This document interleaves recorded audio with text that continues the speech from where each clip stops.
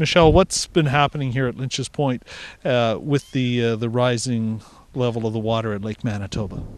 Okay, well, you can see for yourself, the lake has literally taken our beach. At one time, we used to have sand for the beach, and this ridge used to be halfway out there, and it's taken the ridge plus the sand. So we have no beach anymore. It's gone.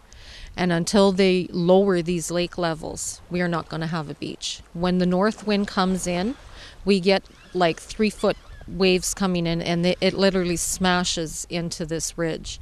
And you can see where it's taken it, it's gouged, and that's what we got left.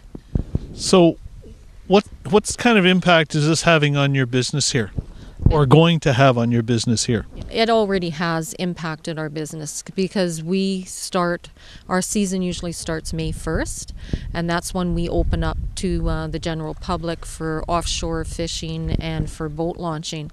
We haven't been able to do that because it's not safe to do that.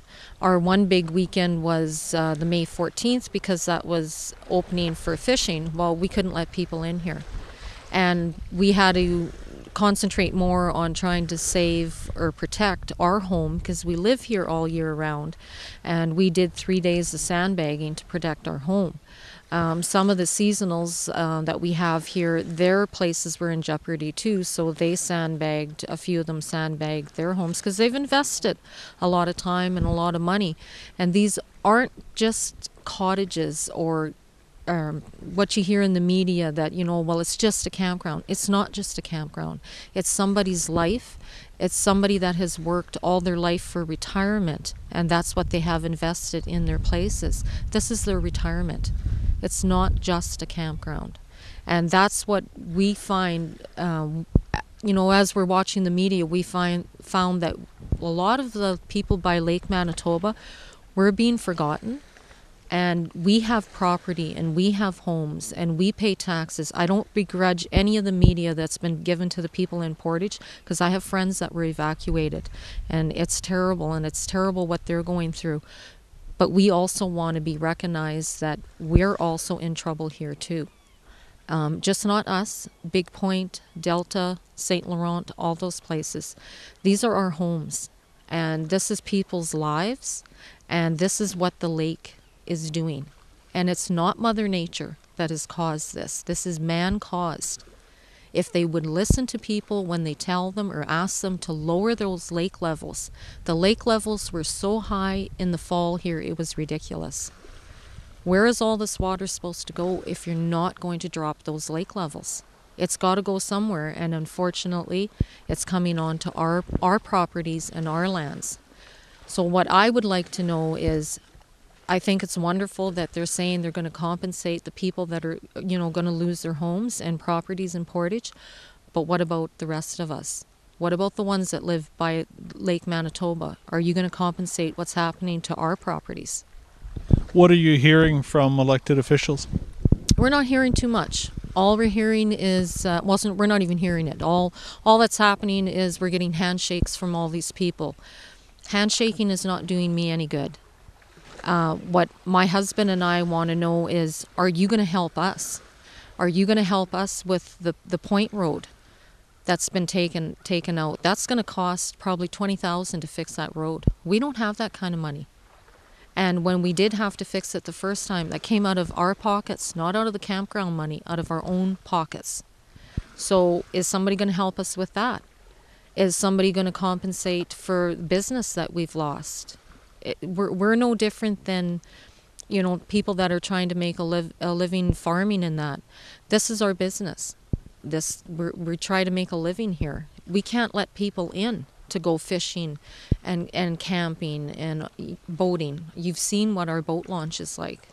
And until they lower these levels in this lake, we are not going to be able to make a living to let people come in to go boating and fishing. So we need some answers too.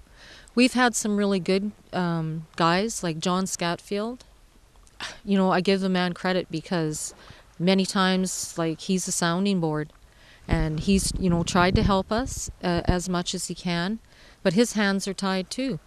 I spoke recently to, I can't remember his last name, but it's Glenn from EMO, that's working out of Portage. He's, trying to see what he can, do for us and that.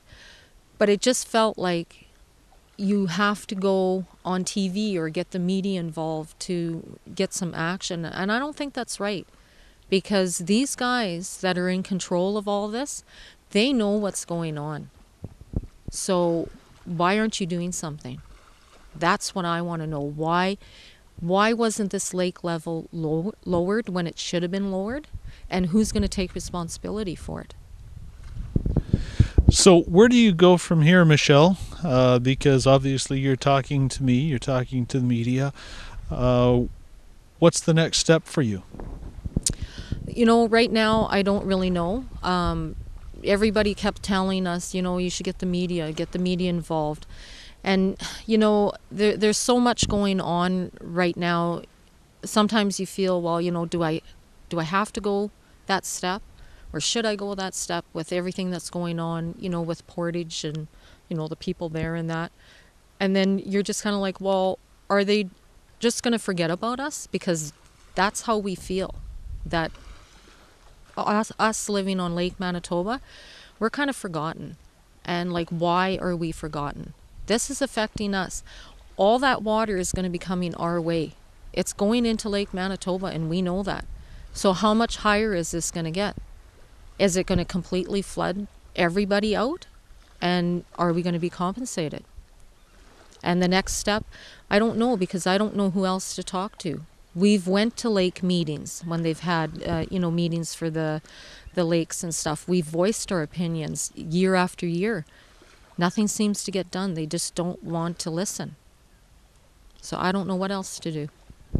All right. Thanks very much.